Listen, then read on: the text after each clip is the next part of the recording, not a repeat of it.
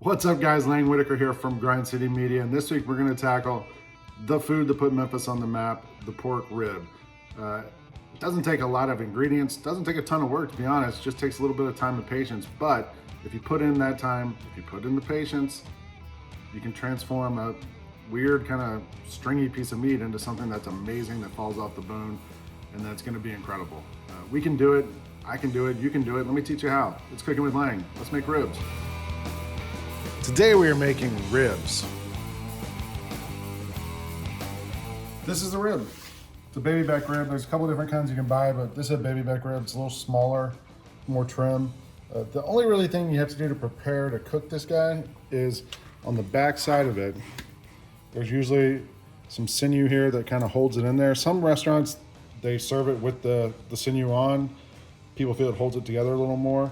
You can use a knife and kind of slit into it. It's a messy thing. You got to pull it back and strip it off. So I'm not going to bother with it. It'll come off in the cooking process and get so brittle it'll cut when we cut into the ribs anyway. You can season these however you like. I like to buy the seasoning already made up. And here in Memphis, there's lots of options for you. I like the Rendezvous Seasoning because it has coriander in it, like whole pieces of coriander, which when you plant it becomes cilantro. There's lots of different flavors in here, cumin, paprika, there's some sugar, salt. So if you use this, you don't have to bother with mixing it all up yourself. So I use this, and I'm gonna go heavy with it all over this rib on both sides and just coat it. And you might think, oh, that's too much seasoning, but it's not, because you don't get to season the inside. This is the only part we're getting to season is this outside. So we wanna go good on that. Let's flip it. And we'll do this side too.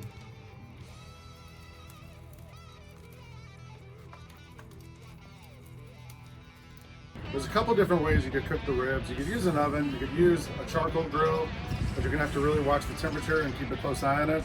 I'm gonna use my electric smoker. I bought this thing for, I think it was under 200 bucks a couple years ago. I've used it so much. We put in a lot of time together. Turkeys on Thanksgiving, wings on the weekend. You can use it for lots of different purposes. And the best thing about it is you just set the temperature and walk away. It'll maintain the temperature you want it to be at. It'll produce smoke from whatever wood chips you put in there. For ribs, something like this that you're gonna have to cook for a long time, it's perfect. You can use lots of different flavors of chips. I got some apple wood here. I'm gonna put them in this little canister here. And then there's a little heating element on the bottom of this thing that once it gets up to temperature is gonna cause these guys to smoke. And that's what's gonna put smoke on our ribs. I probably will have to reload this at one point during the cooking, but that'll be enough to get us started. It's heating up to get to 225. 225 is where we're gonna cook this thing all day long. I'm gonna put these in right now, and then the ribs will go in.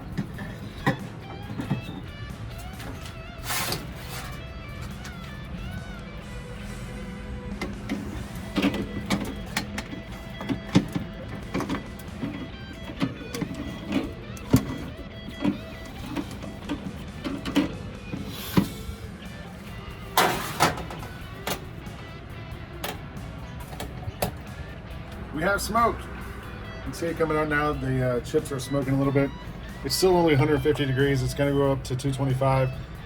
The method we're using is called the 3-2-1 method. If you Google ribs, how to make them at home, that's one that comes up pretty regularly. It's kind of foolproof. Step one, the 3 hours, 225 in this smoke. Ribs are gonna sit there. Collagen, the fat's gonna break down, and it's gonna give us our first step.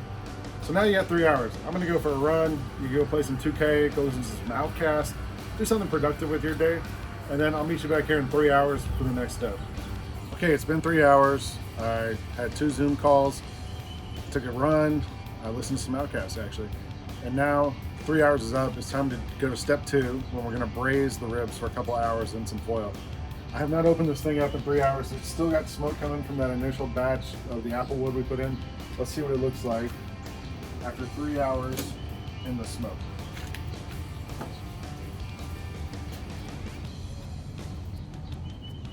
It was kind of awesome. All right, so now we're gonna take this out and put it on this sheet pan that I've got 2 layers of foil on. Okay, I have 2 layers of foil on here because we don't want to let any liquid out. We're gonna trap it all in there and make it really steamy and cook the meat a little bit of a different way. So I'm lifting it out. I'll do that in a minute. All right, let's get this up here. And then this liquid is equal parts beer and apple juice, stuff I found in the fridge.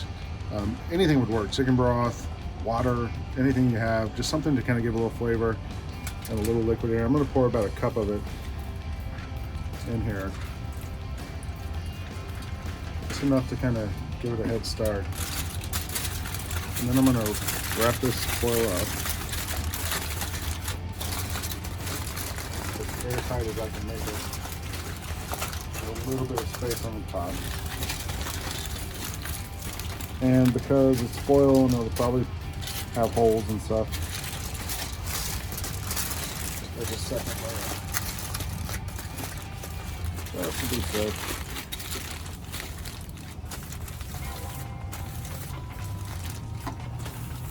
And now, this goes back in the smoker 2 hours. This is the 3, 2, 1, this is part 2. 2 hours at 225 still. Then we'll come back and check on it after 2 hours. Step 2 is out. Should be good after braising in here for a couple of hours. Let's take it out and check it out.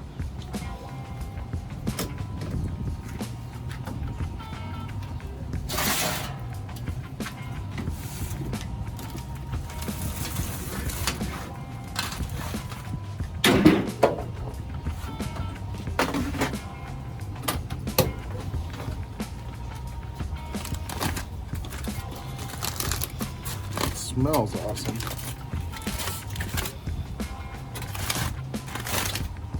There we go. So that looks kind of perfect. You can see it's starting to kind of pull away from the bones on the edges.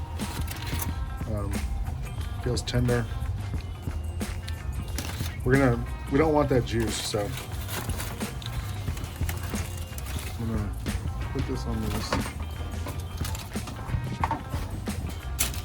Take care of that in a minute. In the meantime, got one more step here. The last step is we're going to put some barbecue sauce on it.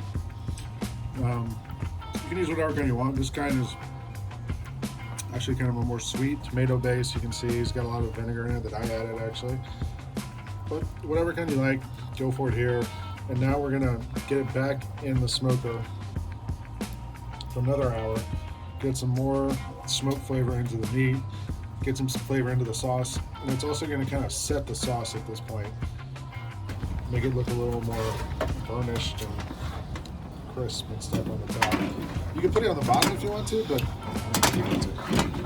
Got one more hour, so we've done step 3, 2, 1. We've done step 3 and 2. Step 1 is the last one. One more hour in there at 225, and they'll be good to go. It's been 6+ hours since we started this adventure, but it's time to get the pork out. Let's have ribs for dinner. Let's see how it looks. And that looks kind of perfect. It's hot, but I'm gonna grab this, put it on here, take it inside, let it rest for a minute, and we're gonna eat dinner.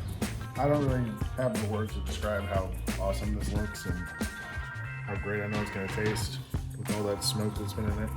You can see the edges, like they're kind of, my hands pulling them open. It's gonna be awesome. So I'm gonna cut it into kind of serving sizes here. That looks beautiful. The smoker did the work. These are done. I get to taste them. I get to test them because I was in charge. So I'm gonna go for this guy right here. Came right off the bone. I barely had to bite into it. You taste the smoke right away, but it's not overwhelming, but it's so tender. Like I just want to eat more. So if you're gonna make ribs, there's a million places you can buy them. They're awesome. If you want to make them at home, the 3, 2, 1 method's easy. Doesn't take multiple days. You can make something that tastes this good. It's cooking with Lang. I can do it. You can do it. Do it. Go cook your own ribs.